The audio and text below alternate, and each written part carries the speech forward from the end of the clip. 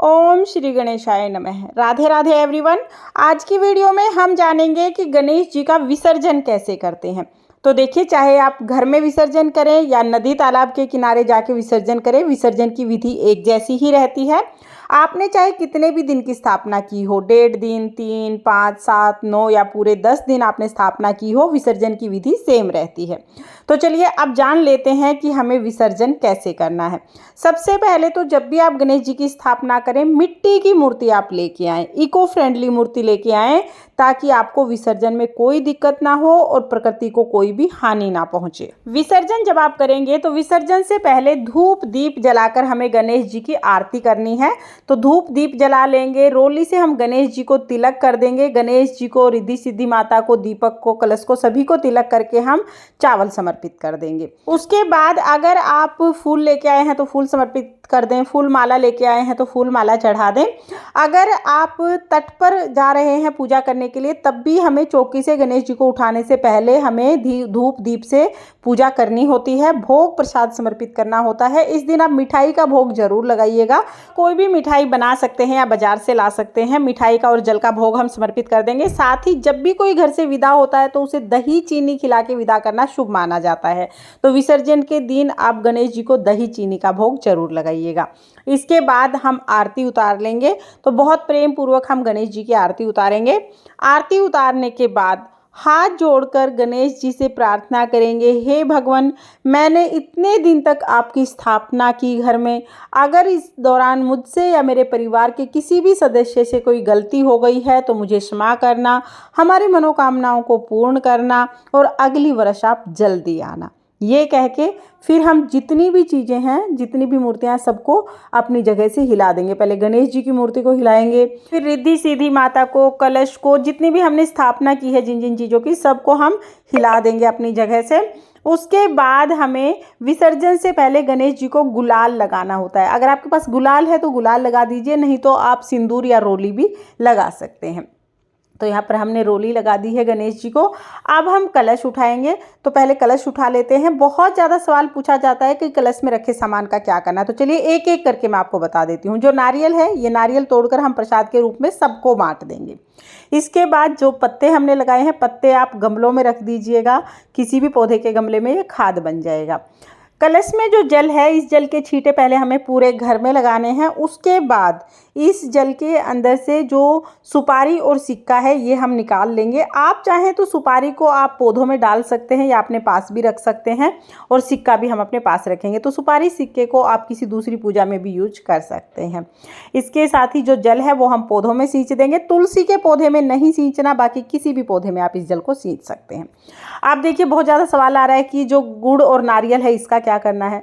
गुड़ नारियल का अगर आप नदी में विसर्जन करके आ रहे हैं, नदी तालाब में, तो साथ ले जाइएगा। इनका विसर्जन साथ कर दीजिएगा, वहाँ पर मछली वगैरह इसे खा लेंगी। अगर आप घर पर विसर्जन कर रहे हैं तो आप गुड़ नारियल का प्रसाद बना के सब में बांट सकते हैं। प्रसाद नहीं बना पा रहे हैं तो आप इसको गाय को खिला सकते हैं। ये गुड़ नारियल आप गाय को भी खिला सकते हैं।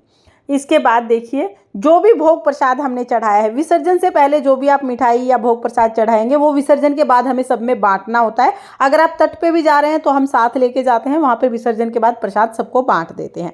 घर पे अगर विसर्जन कर रहे हैं तो भी विसर्जन के बाद ये प्रसाद बांट देना है। जो दक्षिणा है वो हम किसी को भी दान दे देंगे। अब देखिए, जो गणेश जी हैं, गणेश जी छोटे वाले जो हैं, उनको हम जल के छींटे लगाकर अपने मंदिर में विराजमान करेंगे। रिद्धि सिद्धि माता के रूप में जो सुपारी ली हैं, उनको भी जल के छींटे लगाकर हम घर में रख लेंगे। आप किसी भी दूसरी पूजा में इनको यूज कर सकते हैं, क्योंकि जल के छींटे लगाना विसर्जन का ही एक रूप होता है। तो आप इनको घर में किसी भी दूसरी पूजा में यूज कर सकते हैं। जो आपने जनेऊ चढ़ाए हैं वो आप जब भी मंदिर में जाएं, मंदिर में चढ़ा दीजिएगा। इसके साथ ही पूजा में जो भी आपने चावल यूज किए हैं, थोड़े से चावल आपको अपने घर के अनाज के डब्बे में, चावल के डब्बे में ज़रूर रखने हैं, ताकि घर में अन्न के भंडारे भरे रहें। बाकी चावल आप पक्षियों को डाल सकते हैं। ज़्यादा चावल आपने लिए हैं तो आप चावल दान कर सकते हैं। इसके साथ देखिए, सब चीज़ें हमने उठा दी है। अब हमें एक पटड़ा लेना है। पटड़े पर आप कोई आसन बिछा सकते हैं, या मेरे पास केले का पत्ता है, केले का पत्ता शुभ माना जाता है तो मैंने वो बिछा लिया। आपके पास केले का पत्ता ना हो तो कोई बात नहीं, आप कोई भी कपड़ा भी बिछा सकते हैं पटड़े पर। उस पर हम गणेश जी को विराजमान करेंगे। गणेश जी का अब हम विसर्जन करने जा रहे हैं। तो अब हम देखिए, सबसे पहले तो गणेश जी को पूरे घर में हमें घुमाना है, यानी पूरे घर में एक चक्कर हम गणेश जी का लगवाएंगे। विसर्जन से पहले आप पूरे घर में गणेश जी को एक बार इस तरह से घुमा दीजिएगा। उसके बाद फिर जिस जगह पर आप विसर्जन कर रहे हैं उस जगह हमें गणेश जी को लेके जाना है। गणपति बप्पा मोरया, मंगल मूर्ति मोरया के जयकारे लगाते हुए आप गणेश जी को लेके जाएं। हो सके तो घर पर ही गणेश जी का विसर्जन करें ताकि प्रकृति को कोई हानि ना हो और बहुत अच्छे से विसर्जन हो जाए। घर पर विसर्जन करने के लिए किसी भी खुली जगह पर एक बड़े से पात्र में, किसी भी शुद्ध पात्र में यानी साफ पात्र में हम जल भर लेंगे। उसमें थोड़ी हल्दी और चावल हम डालेंगे, थोड़े से फूल डाल लेंगे। इस तरह से हम जल तैयार करेंगे। फिर हम गणेश जी को इस जल के पास ले आएंगे और जल के पास लाके भी हमें गणेश जी की आरती उतारनी है। अगर आप नदी तालाब के पास जा रहे हैं तो वहाँ पर भी तट पर हमें गणेश जी की आरती जरूर उतारनी है। आरती उतारने के बाद फिर हाथ जोड़कर हम गणेश जी से दोबारा आने के लिए प्रार्थना करेंगे और 3 बार गणेश जी की डुबकी लगाते हुए गणपति बप्पा मोरया, मंगल मूर्ति मोरया के जयकारे लगाते हुए हम गणेश जी को तीसरी डुबकी में जल में विसर्जित कर देंगे और हाथ जोड़कर गणेश जी से प्रार्थना करेंगे, हे गणपति अगले वर्ष आप जल्दी आना। और जो जनेऊ हमने पहनाया था इस जनेऊ को आप सुखा लीजिएगा। जब भी मंदिर में आप जाएं तो वहाँ पर आप ये चढ़ा के आ सकते हैं। इसके बाद देखिए, जब आप विसर्जन करेंगे तो खाने का कुछ सामान हमें साथ में ज़रूर विसर्जित करना है। आपको एक मोदक ले सकते हैं, थोड़े ड्राई फ्रूट या मिश्री ले सकते हैं। कोई भी चीज़ हमें गणेश जी के साथ ही विसर्जित करनी है। अगर आप नदी तालाब पर विसर्जन करके आ रहे हैं तो लाल रंग के कपड़े में कुछ खाने का सामान बांध के ले जाया जाता है, लेकिन घर में अगर विसर्जित कर रहे हैं तो फिर आपको कपड़े में बांधने की जरूरत नहीं है। डायरेक्ट आप कोई भी चीज़ इस तरह से विसर्जित कर सकते हैं। देखिए, गणेश जी का विसर्जन हो गया है। अगर आपकी मिट्टी की मूर्ति है तो आधे पौने घंटे में ही जो मूर्ति है वो वापस से जल में घुल जाएगी। उसके बाद आप इस जल को किसी भी पौधे में डाल सकते हैं। आपको तुलसी के पौधे में ये जल नहीं डालना, उसके अलावा किसी भी पौधे में आप इस जल को डाल सकते हैं। इस तरह से बहुत आसानी से घर पर ही विसर्जन हो जाएगा। फ्रेंड्स, आपने अगर गणपति की स्थापना की है तो अपने गणेश जी को किसी नदी नाले के तट पर ना रख के आए, किसी पेड़ के नीचे ना रख के आए, क्योंकि इससे ना फिर हमने 10 दिन तक पूजा की है और हमारी आस्था पर बहुत ज़्यादा सवाल उठते हैं, प्रकृति की भी हानि होती है।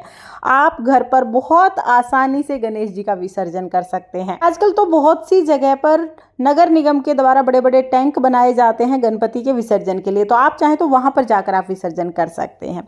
हो सके तो आप मिट्टी की ही मूर्तियाँ लेके आएँ ताकि बहुत आसानी से विसर्जन हो जाए। आई होप विसर्जन से रिलेटेड आपके सारे डाउट्स क्लियर हो गए होंगे, लेकिन फिर भी कोई डाउट है तो आप कमेंट करके पूछ सकते हैं। मैं रिप्लाई करने की पूरी कोशिश करूँगी। ये गणेश चतुर्थी आप सभी के लिए मंगलमय हो। फिर मिलेंगे किसी और वीडियो में, तब तक के लिए ओम श्री गणेशाय नमः। राधे राधे।